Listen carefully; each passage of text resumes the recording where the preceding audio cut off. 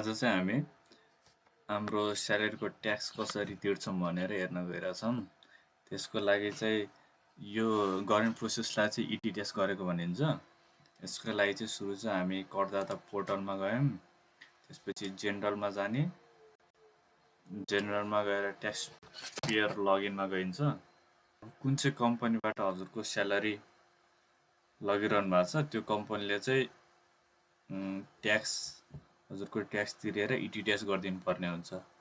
अब त्यो कम्पनीको लगइन गर्नु पर्यो। सुरुमा स्थायी लेखा नम्बरमा कम्पनीको प्यान हाल्नुहोस्। त्यसपछि आफ्नो पासवर्ड हाल्यो।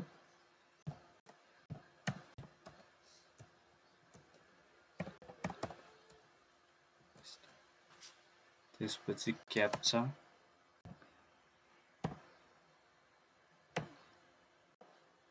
हालेपछि हामी आइआरडीको सिस्टममा छिर्छौँ।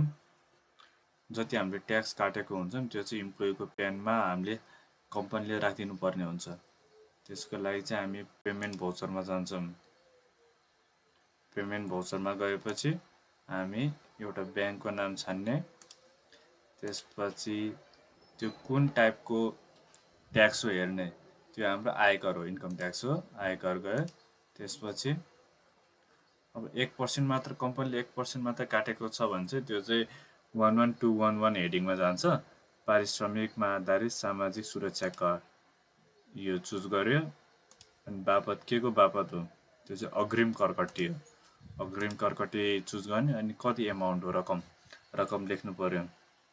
यदि हामीले उसलाई यदि कम्पनीले 30,000 कुनै इम्प्लोइको 30,000 स्यालेरी छ भने उसको 1% लागेको हुन्छ।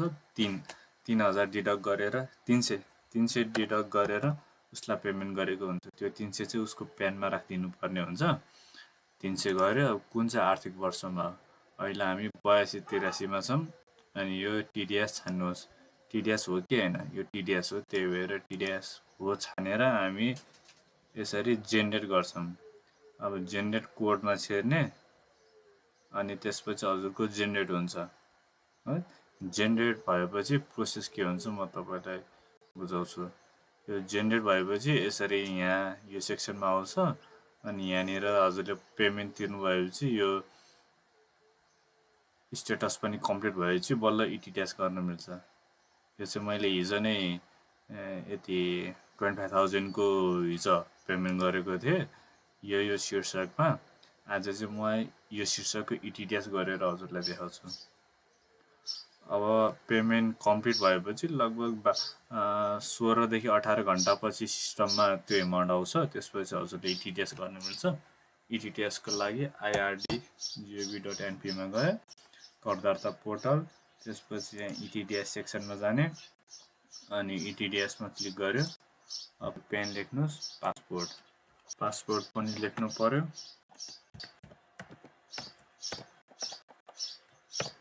यो लेखेपछि यहाँनिर स्थायी लेखा नम्बर पेनमा पनि फेरि लेख्नु पर्यो। विथआउट लगइनमा तपाईँको कम्पनीको नाम आइहाल्यो। अब यहाँ नम्बर लेख्नुहोस्, कुनै आफ्नो नम्बर लेख्यो। त्यसपछि कुन चाहिँ अन्तरालको यो टिडिएस दाखिला गरिएको त्यो लेख्नु पर्यो।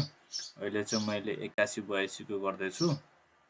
त्यही भएर 2081 08182 भनेपछि 2082 03 महिना 32 सम्म त्यो गति थियो। 81-82 हुँदैछ अहिले। त्यही भएर अब रेजिस्टर गर्ने। त्यसपछि ट्रान्सकान्ड भर्नेमा क्लिक गर्यो। अब स्थायी लेखा नम्बर अब यहाँ यसरी लेखेपछि यहाँ नाम आफै आउँछ। नाम आएपछि भुक्तानी मिति, कहिले भुक्तानी गरेको त्यो मिति हजुरले लेख्नु पर्यो। 32। अब रकम कति एमाउन्ट भुक्तानी गर्नुभएको थियो हजुरले त्यति एमाउन्ट चाहिँ यहाँ लेख्ने हो।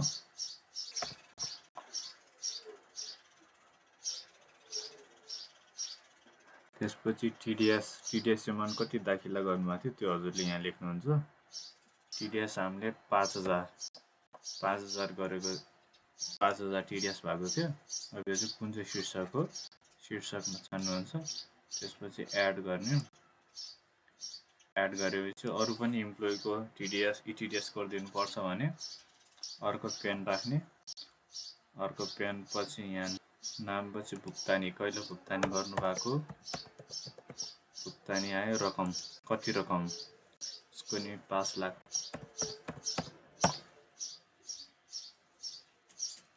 रकम भयो। त्यसपछि कुन चाहिँ शीर्षकमा शीर्षक लेख्यो एड गर्यो अनि चाहिँ हामी भौचर भर्ने फर्ममा जान्छौँ। यसमा चाहिँ शीर्षक छान्नु पर्यो। शीर्षक हाम्रो 11211 हो। यहाँ लेख्छौँ। लेखेपछि हामीले ब्याङ्कबाट पेमेन्ट गरेको 2083 एक महिना 15 गते हामीले पेमेन्ट गरेको ब्याङ्क कुन चाहिँ ब्याङ्क गरेको छान्नु पर्यो। कुन चाहिँ ब्याङ्कमा हाम्रो 22,000 अब एड गर्ने।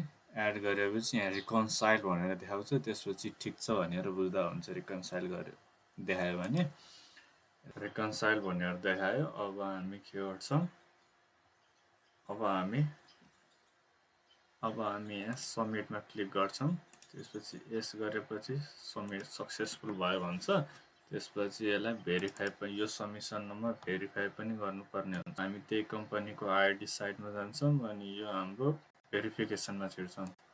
त्यसपछि हाम्रो टिडिएस हो त्यही भएर टिडिएस क्लिक गर्ने अनि सबमिसन नम्बर अघिको त्यो सबमिसन नम्बर यहाँ लेखेपछि भेरिफाई क्लिक गर्यो।